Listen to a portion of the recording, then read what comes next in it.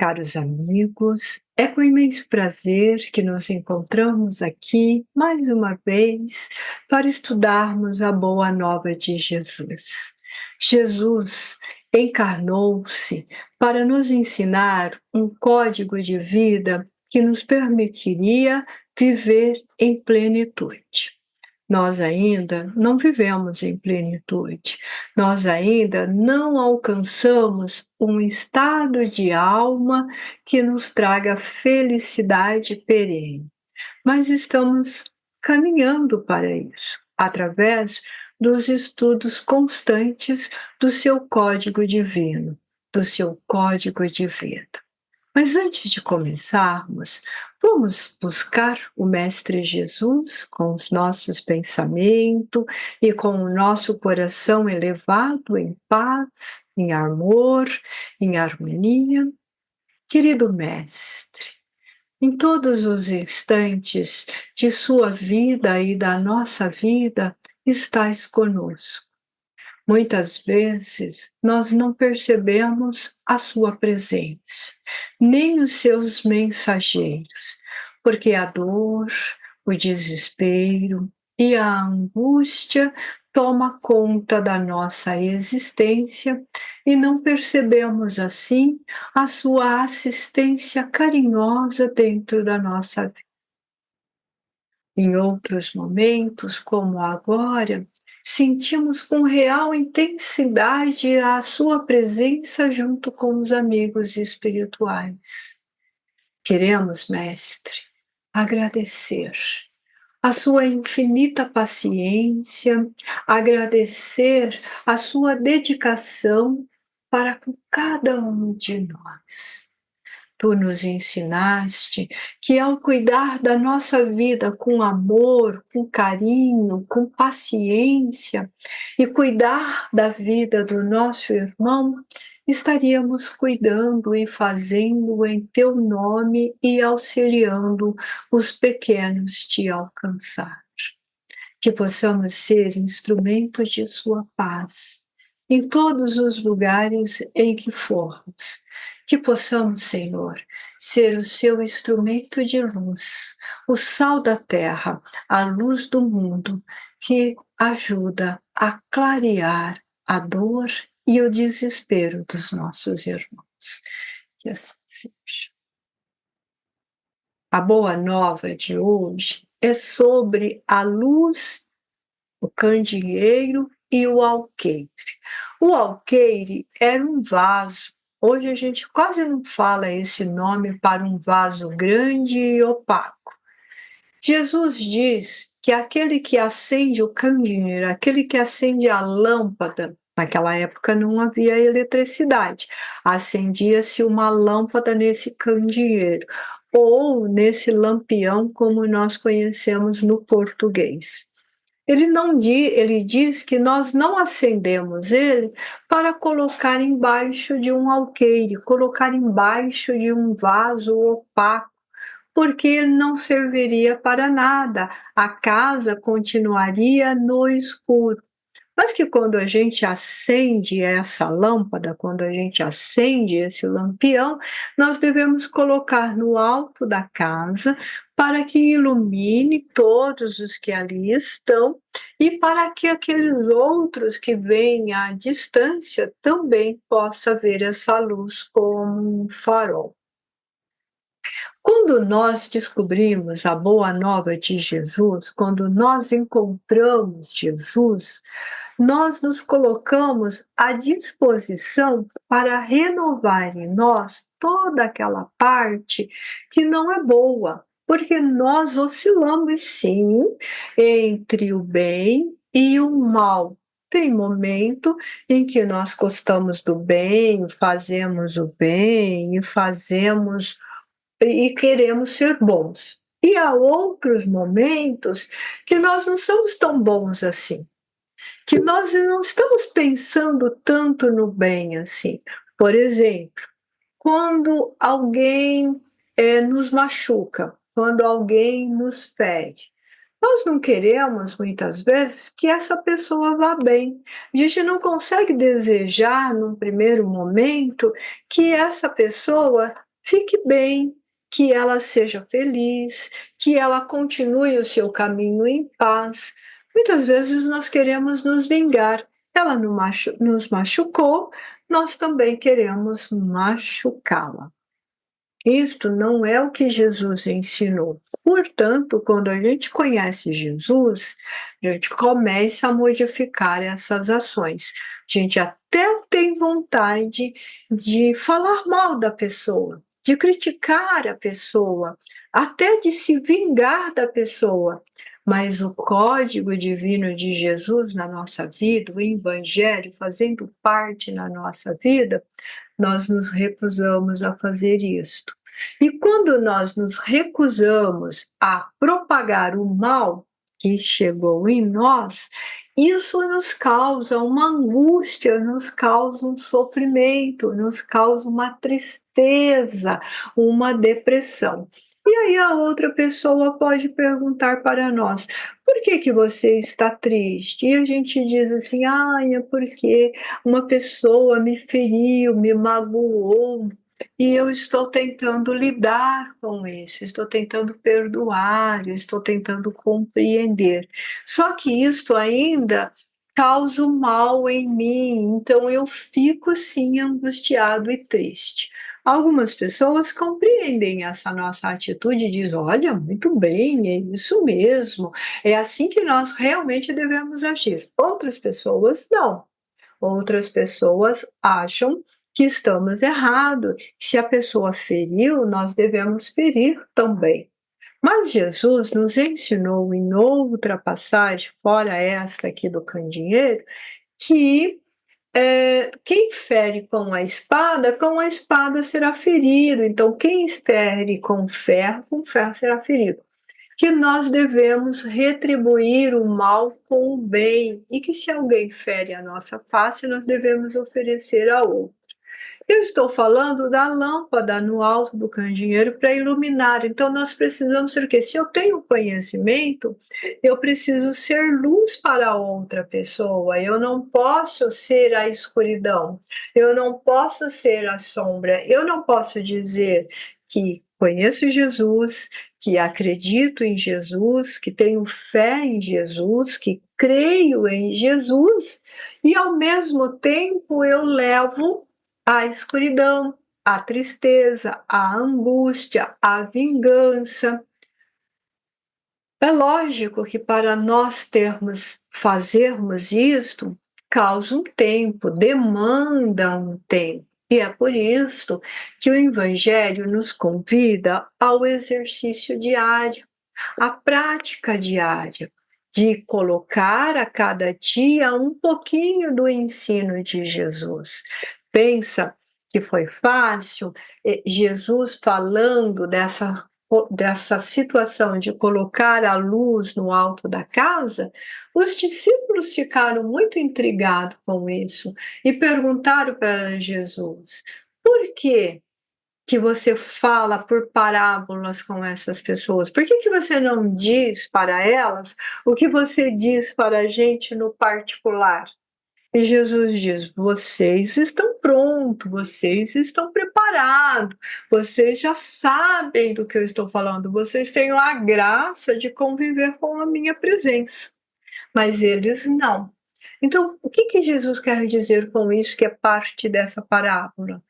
Que muitas vezes nós queremos levar a verdade para outra pessoa de uma maneira muito crua, muito nua. Então, algumas pessoas dizem assim: ah, eu sou verdadeiro, eu falo a verdade sempre, doa a quem doer, mas eu tenho que falar a verdade. Não é disso que Jesus está falando. Ele sabia que algumas pessoas não estão prontas para entender o reino dos céus, para entender essa verdade que vem dos reinos dos céus. E para essas pessoas, ele falava por parábola, ele falava com mais simplicidade, com parte da verdade oculta, para não machucar, para não ferir. E isto ocorre conosco nas seguintes situações: quando nós temos um credo, nós somos de determinada religião. No nosso caso, nós somos espírita. O espiritismo em si não é uma religião. O espiritismo em si é uma doutrina de tríplice aspecto, com caráter científico, filosófico, com consequências morais, baseado em Jesus. Portanto, ela é uma religião que podemos dizer que ela é uma religião, mas não no sentido das religiões tradicionais, com dogmas, com rituais. Nós não temos isso. E nós professamos, então, a crença no Espiritismo. Mas nós temos familiares e amigos que não professam a crença no Espiritismo. Nós não podemos sermos escuridão para esta pessoa. Porque se nós somos escuridão para essa pessoa, o Espiritismo não está nos iluminando, não está nos auxiliando a um crescimento e um processo evolutivo. A boa nova de Jesus não está nos iluminando. A boa nova de Jesus não está causando uma reforma íntima em nós. Eu continuo sendo a mesma pessoa que eu sempre fui. E não é assim que a gente exerce o código divino de Jesus. Então, quando ele pede para sermos luz, a luz não fere, a luz não machuca. Mas se eu colocar uma luz muito grande, muito forte, nos olhos de uma pessoa que não está preparada para isso, uma pessoa que está na escuridão, por exemplo, eu posso ferir, sim. Eu posso machucar, sim. As verdades espirituais também têm esse caractere. A verdade é espiritual? É verdade? É. Então, porque não preciso ter a preocupação de fazer com que a pessoa aceite aquela verdade amarra, porque isso já aconteceu no passado, já houve perseguições em nome da doutrina do Cristo. Nós já tivemos os circos, nós já tivemos os palcos, nós já tivemos os mártires em nome do Cristo.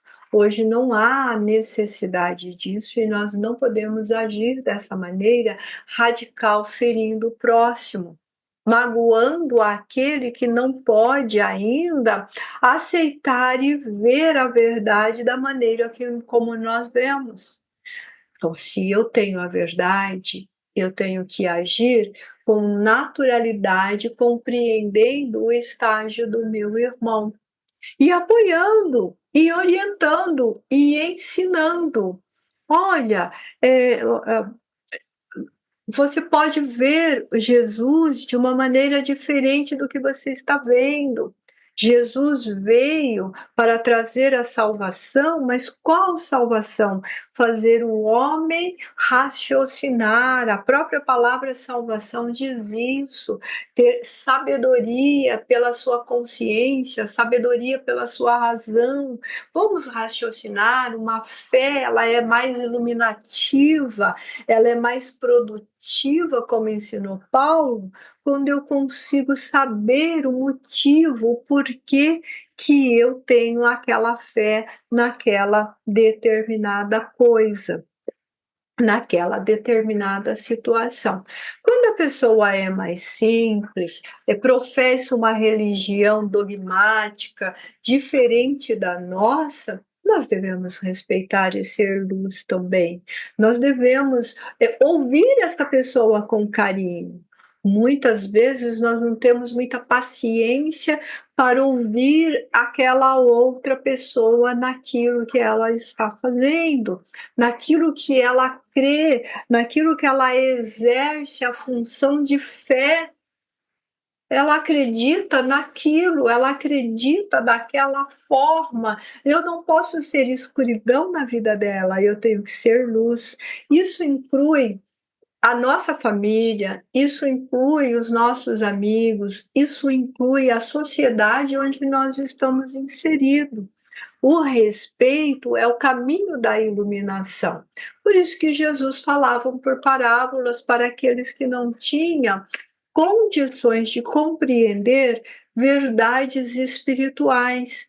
ainda hoje, século XXI, nós temos irmãos nossos encarnados que creem que a vida ela é uma só, ela é única, que você foi criado no momento do berço, da sua gestação, no momento em que você foi gestado e você nasceu, e a sua vida vai terminar quando você alcançar o fenômeno chamado morte.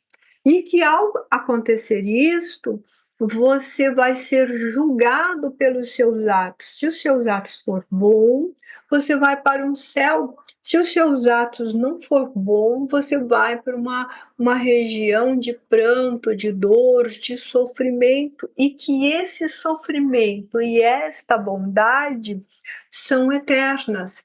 E aí, às vezes, a gente ri dessa situação, porque ela crê daquele jeito, ironizamos esses nossos irmãos e não conseguimos caminhar e dar um pouco de luz para eles, e também não conseguimos apaziguar a sua alma, transmitir-lhe um pouco de carinho, transmitir-lhe um pouco de paz. Mas se a gente olhar para ele e falar: sim, meu irmão, isto é verdade, a vida é uma só, no exato momento em que Deus nos criou, ele não vai criar novamente. Nós somos espíritos imortais, temos a imortalidade pela frente, e a partir do instante em que nós fomos criados, simples e ignorantes, nós vamos desenvolver um imenso conhecimento, e esse conhecimento precisa de muitas etapas. Estas etapas é o que nós chamamos de reencarnação. Não significa que você vai ser criado de novo, de novo e de novo. Então você está dando razão para esta pessoa, mas ao mesmo tempo você está esclarecendo um lado que para ela é obscuro, que é oculto e que ela não compreende, sem ferir. E depois nós vamos para o estado, aquela pessoa que vai viver eternamente no paraíso, e aquela outra que vai viver eternamente no sofrimento. Então nós vamos esclarecer essa pessoa que o paraíso ele é um estado de alma, e que muitas vezes a gente alcança o paraíso encarnado em vida, porque nós conseguimos compreender o irmão, nós conseguimos perdoar, nós conseguimos nos manter dentro do código divino de Jesus, nós vamos trabalhando para o nosso aperfeiçoamento passo a passo, nós não nos vingamos, nós não odiamos, e que todas as vezes que nós conseguimos exercer essa boa nova de Jesus, essa parte maravilhosa de Jesus, nós estamos num estado de parasíaco, nós estamos num estado de Éden, e que muitas vezes nós somos expulsos desse estado de Éden por nós mesmos, quando nós odiamos, quando nós perseguimos, quando nós vingamos, quando nós estamos pessimistas, quando nós estamos com medo, triste, depressivo, nós voltamos para aquele estado de sofrimento, aquele estado infernal, porque é um estado de dor, é um estado de angústia, é um estado de desespero. E esse desespero, nós não conseguimos enxergar a luz, nós estamos na escuridão. Literalmente, nós estamos embaixo do alqueire.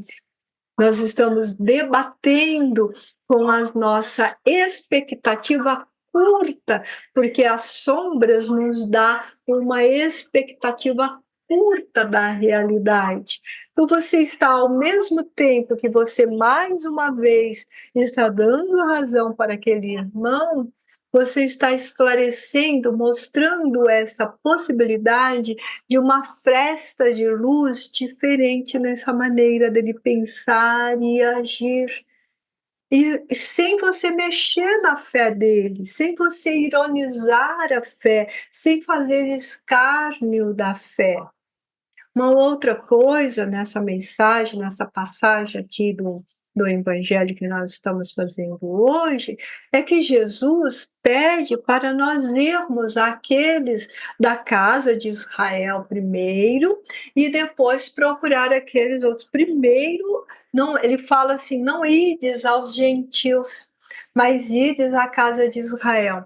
É muito interessante essa passagem, porque Jesus está dando uma coisa e uma situação que muitas vezes nós não levamos em consideração nos tempos de hoje. Ah, é porque era naquela época que Jesus falou lá para o seu povo e o seu povo já estava mais preparado, já conhecia um Deus único, já estava preparado para esse Deus único, já esperava um Messias, já esperava um ungido que fosse libertar daquela situação de escravidão do Império Romano.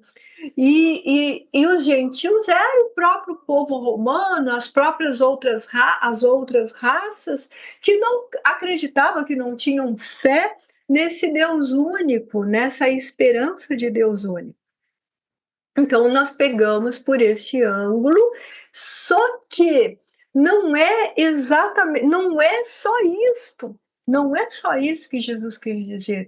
Vamos colocar hoje, no século XXI, nos tempos atuais, as nossas casas espíritas, os nossos templos, outras religiões, estão abarrotados de irmãos, inclusive nós mesmos, que temos uma fé em Jesus, que temos uma fé num Deus único, que temos uma fé nas coisas dos céus, no reino dos céus.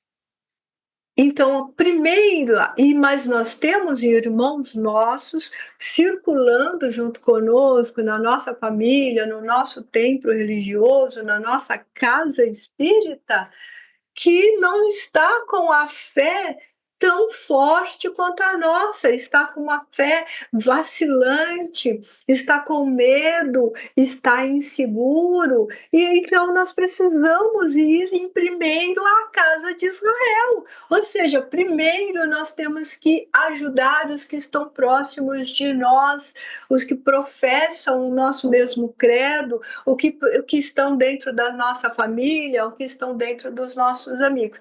E depois nós vamos às multidões.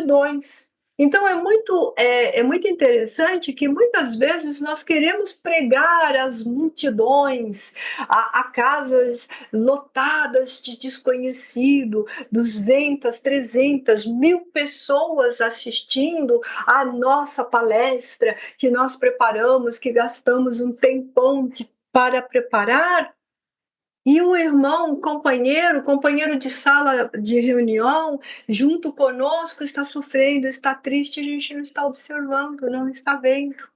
Então, quando ele fala que primeiro é para ir à casa de Israel, é para que nós não nos esquecemos disso, que nós temos que nos cuidar uns aos outros, para sermos luz, para ser esse sal da terra, para iluminar no alto da candeia. Que casa cheia de paz, que casa de irmãos com a fé forte, que casa de irmãos corajosos, que casa de irmãos de fraternidade. Por quê? Porque um auxilia o outro através da luz que se derrama entre todos.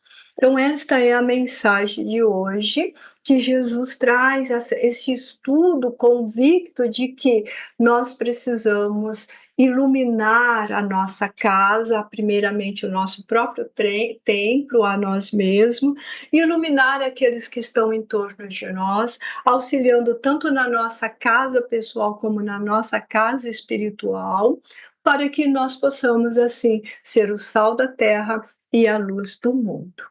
Vamos agradecer, então, os amigos espirituais por mais essa palavra, por mais esse entendimento, por essa inspiração que eles nos ensinam e auxiliam o tempo todo.